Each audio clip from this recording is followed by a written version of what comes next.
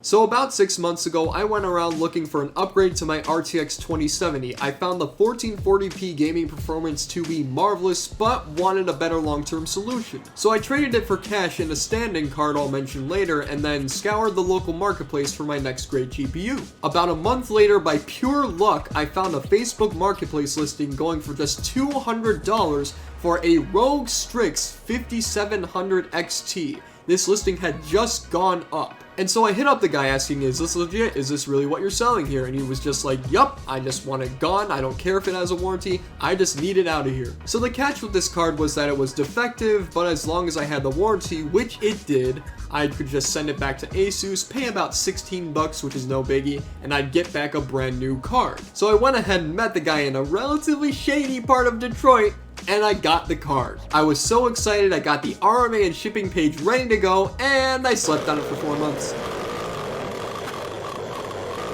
After finally waking up and being like, you know what? Fuck it, let's send the bad boy in. I called up ASUS, was like, you know what? Let's get it done. Let's get the RMA and shipping page ready to go. Slept on it for another 2 days, and then finally sent it out. And after 6 months, 3 standing cards, 2 weeks of radio silence from ASUS later, I finally got the new card. I went through an EVGA RTX 2060, which was the card I downgraded from my 2074 and later sold, and RX 574 gig, which is now going into my Steam Machine setup, and currently as of about a month ago, an EVGA 980 Ti, which I actually also got a really good deal on by getting it for just $175, and it'll now be going into my friend John's computer. So suffice it to say, I'm just ready to settle down with my card for the future. It's going to be the last component for my build. I have a nice vertical GPU mount waiting for it, so let's just go ahead and unpack it. So this is the box I've been waiting for 6 months for, and the topic of the video that I'm working on. So let me go ahead and unbox this and show you guys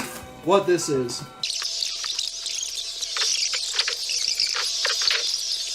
Look at this, bad.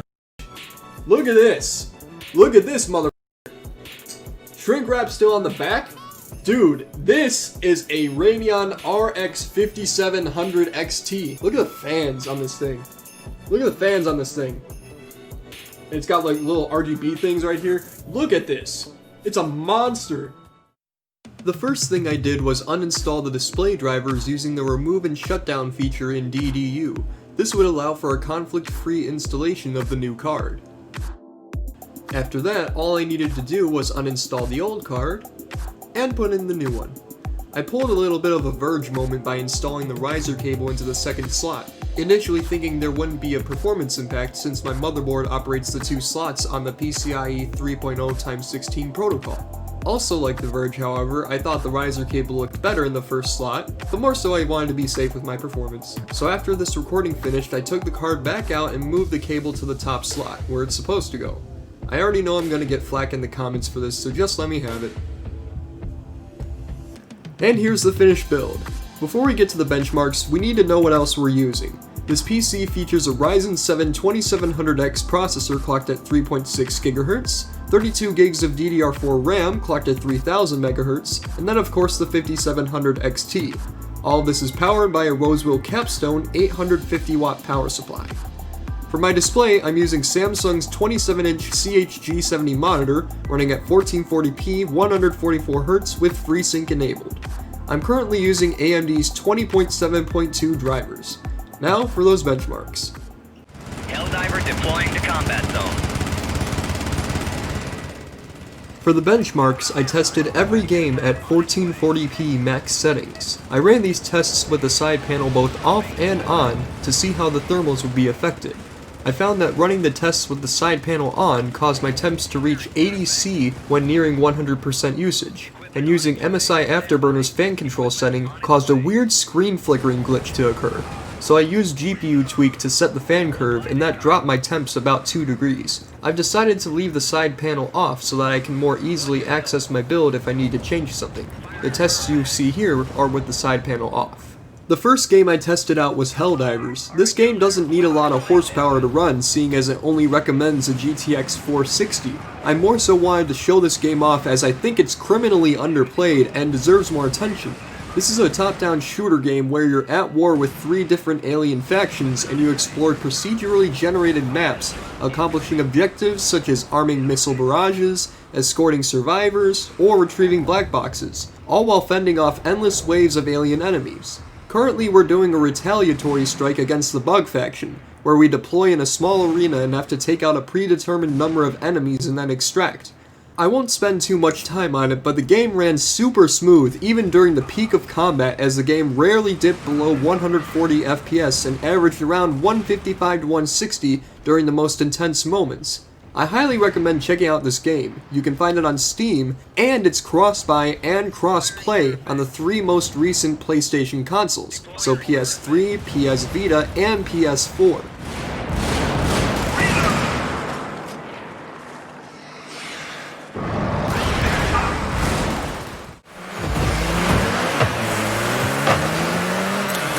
The next game I tested was Rocket League. Despite recommending a GTX 1060 instead of a 460 for Helldivers, the game actually ran better. The lowest the game dipped down to was the mid-160s when the game resets the ball to the center of the arena. Otherwise, the game mostly hung between the mid-200s and 210s, and many times actually went into the 220s and 230s. It was buttery smooth and stutter-free, a very enjoyable experience.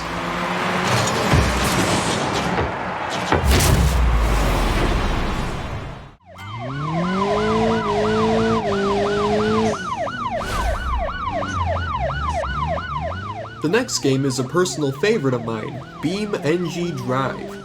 This is a car physics simulator featuring realistic driving inputs and damage.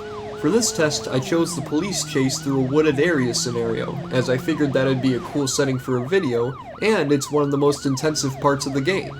Throughout my many attempts to catch the suspect, the game ran great, with the game hitting 64 FPS for a low and 75 FPS for a high, and averaging around 70. It was, like the first 2 games, very smooth and very enjoyable.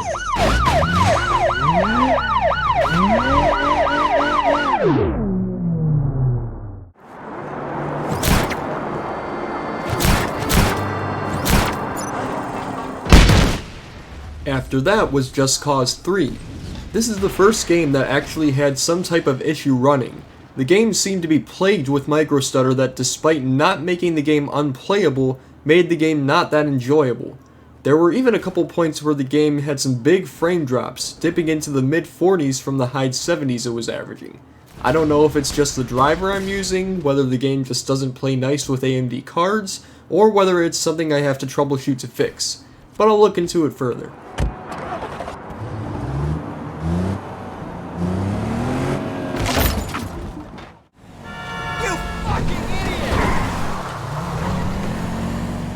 Up next was GTA 5. I drove around the downtown area while in an online session and the game ran well. It averaged right around 60 FPS, hanging between 57 and 65 with no stutter. I do wonder if an overclock will allow for a more stable 60 frames during online gameplay.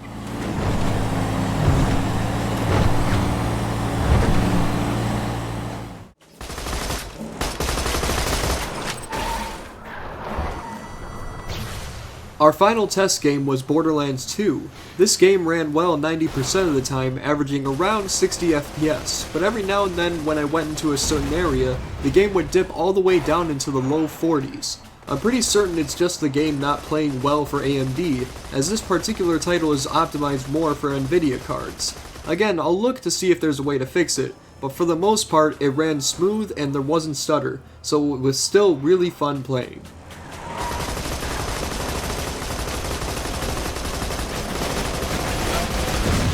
So here we are at the end, and you might be asking, was it worth all that effort? I'd have to say yes, as I got a fantastic deal for a very powerful GPU. What might not be worth it though is the timing, as Nvidia's RTX 3080 releases in just a few hours, and I might want to shell out for that. But that being said, my money, my problem. If you enjoyed, make sure to leave a like on it, and if you're new, make sure you subscribe. I will be putting out some more PC tech stuff in the coming week or so, and I'll be streaming on this channel very soon, so stay tuned. Feel free to follow me on Twitter and join my Discord. All the links are in the description. So thanks for watching, and I'll see you next time.